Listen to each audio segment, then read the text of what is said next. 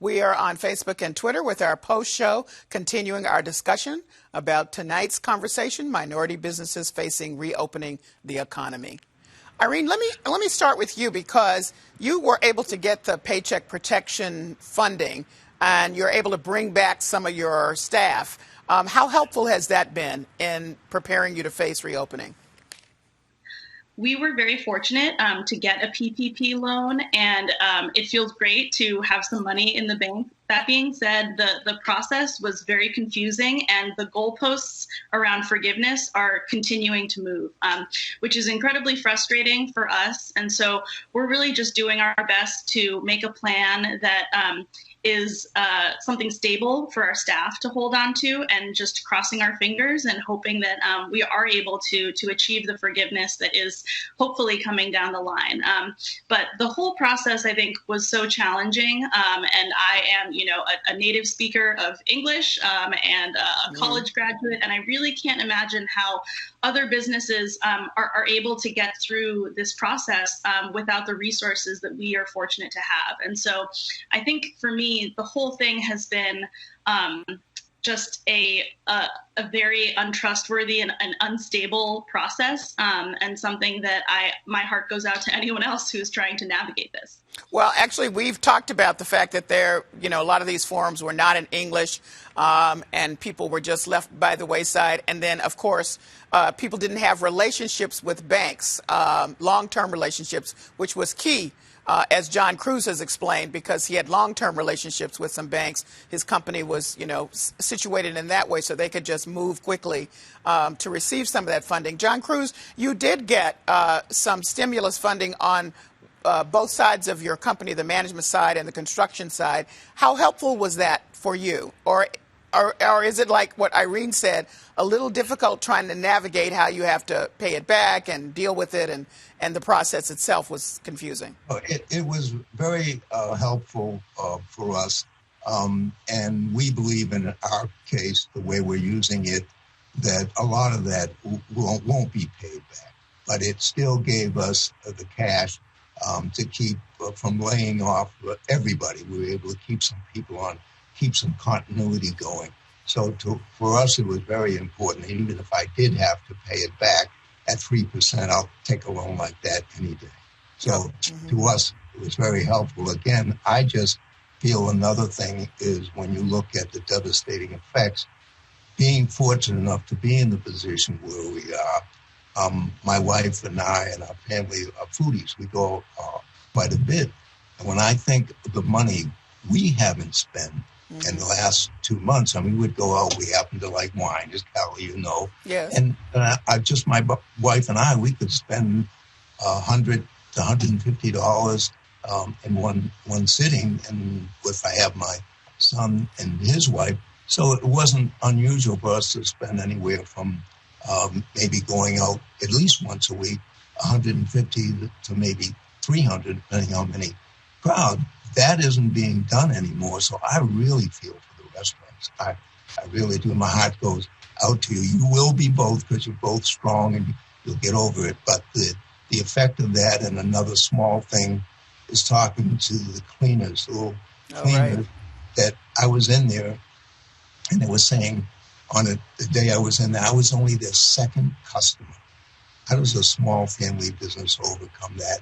And everybody's still in somewhat the mode of the sweat. Who's going to work to want to clean, that has to clean clothes? Very, very few people. So, again, it's a far-reaching, devastating effect on small businesses. John, just curious, because I feel you about not going out because I enjoy going out. Have you been able to do a lot of takeout, or is that something that's just not part of your culture, which I think some restaurants have found? People who normally would go out didn't necessarily switch over to takeout. What about you? We've found that that has helped us not be so affected, because this mentally does affect you. And it's helped us keep up, thank you, restaurants, our joy of going out, maybe not going out, but of ordering foods, different foods. So that, for me and my family, has been a great sort of pill to not to make this seem as bad as it is. So again, I think in our particular case, we're so glad that some of the restaurants had the fortitude and the ability to stay open for takeout. And along those lines, with regard to restaurant owners of color or restaurants, minority businesses in that way, have you, I know that's a big thing that you do anyway, you support other entrepreneurs of color, as we said, but have you been able to target some of those when you're with the takeout and delivery, and have you seen them do pretty well, or no? Yeah. We've been able to target it to some degree, and we did. I mean, while we were ordering lunches here in the office from the local restaurants and the minority community.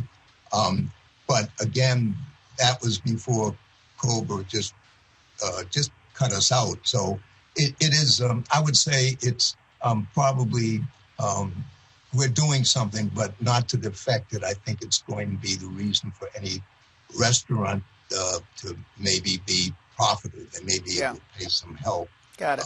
But so anything helps. I mean, so we are trying to do, and again, I feel for my brothers and sisters, especially in the restaurant business. So Nia, you did not get the PPP loan, so you just sort of been making it as you could. Am I right? No, we actually did receive the PPP loan. That's been as of 4 weeks now. The issue is... So you were in the second round, just to be clear, not the first round. You know, interestingly, I received it from the first round, but by the time I was funded, it felt like I was in the second round. Okay, go ahead. Yeah. All right, got you. So this is again back to the bureaucracy then. Oh, you know, and so I think that the biggest piece for us is, you know, the loan, it was a complex process. You did absolutely have to have a banking relationship. I was on top of it. I think I was talking to the bank before the bank even had their application portal complete. So I wanted to be first, you know, or try to be first. But the issue is, you know, the loan was designed to maintain your staff. And it's hard when you're already let all of your staff go or most of your staff go. And again, when we started the process on March 15th, we thought it was going to be 21 days at max. And it's okay that it had been extended, but, you know, much to Irene's point, these rules around the PPP continuously change. It continuously brings angst. We don't know what part is going to be forgiven at this point.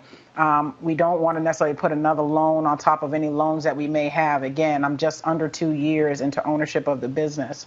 And so we are working to figure this out and how we're going to employ you know, the rest of and bring our staff back. But we really are hoping that they do extend the timeline in terms from that 8 weeks to maybe 12 or even 16 to give us just a bit of a leg up as we move into this next phase, even if we are not considering on-site consumption yet.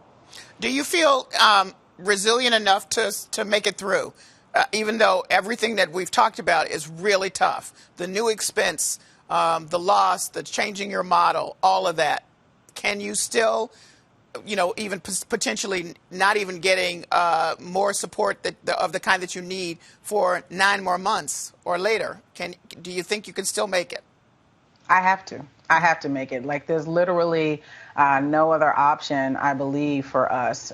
We're talking about a business that has been in the community since 1957 in different iterations. It is something that is super important to our people of color in our neighborhoods. We've been the cornerstone. And so it's more than just a restaurant, you know, much like we are also working with some donors to deliver meals to frontline workers. We've been working with our POS company to do the same. I mean, the point is that I've got the passion and the drive, and until I guess the wheels fall off, I'm going to keep pressing it and keep doing whatever I need to do to kind of get us to the finish line. That's where we are. Okay. Irene, same question to you. I would say we are very fortunate that, you know, prior to the pandemic, we had done a pretty good job getting a handle on our debt. In 7 years of operation, we had almost climbed out of the hole. And so we are in a place financially where we have some breathing room, which, of course, is not true for many restaurants, especially in Boston, where a liquor license can cost $500,000, and our beer and wine license was over $90K. But I think that we are ready to, ride this out as long as we have to. Additionally, we are fortunate that for a lot of our staff, they are relatively stable financially. And so they have also been able to say, we're with you on this. We're willing to wait and see what happens. Whatever this ends up being on the other side, we want to be on board. And so I think we're very lucky in that respect. I hope that Boston still has a vibrant restaurant scene.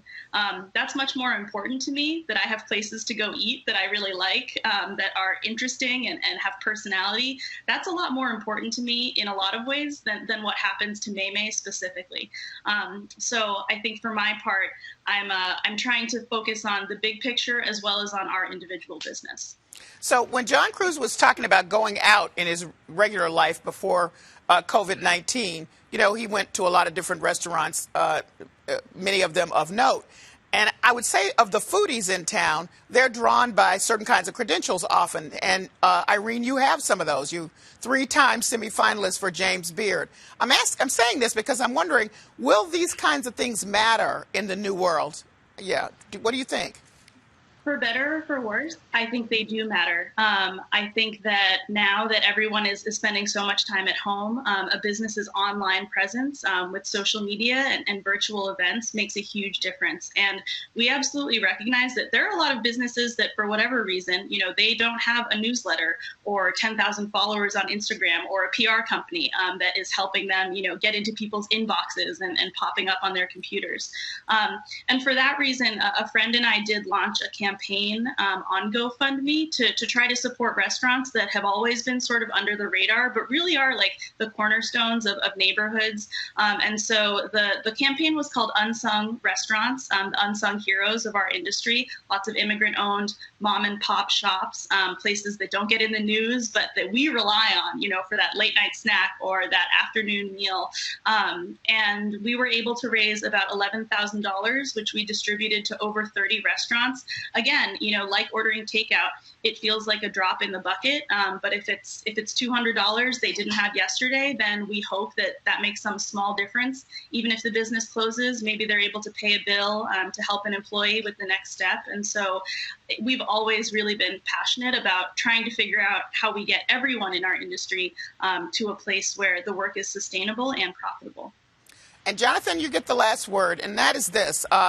The survey that you did was very much focused on voters, so that's politics. So we're looking down the road, and I've asked the question of other experts in different conversations, which is what is the impact of COVID-19 and the way that at least the narrow group of your people that you surveyed are feeling about how African-American voters have been treated, or communities of color.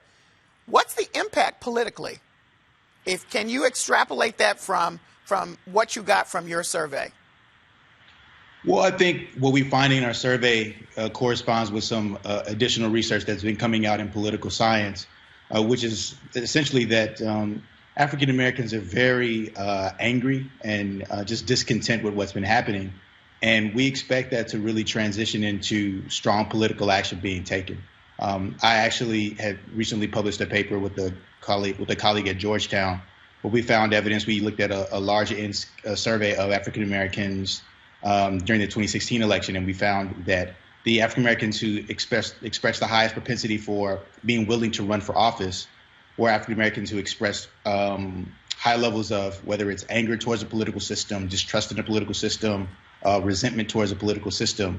So what we're seeing is like a lot of these effective sort of emotive experiences that we're having that I think are primarily driven right currently by COVID-19.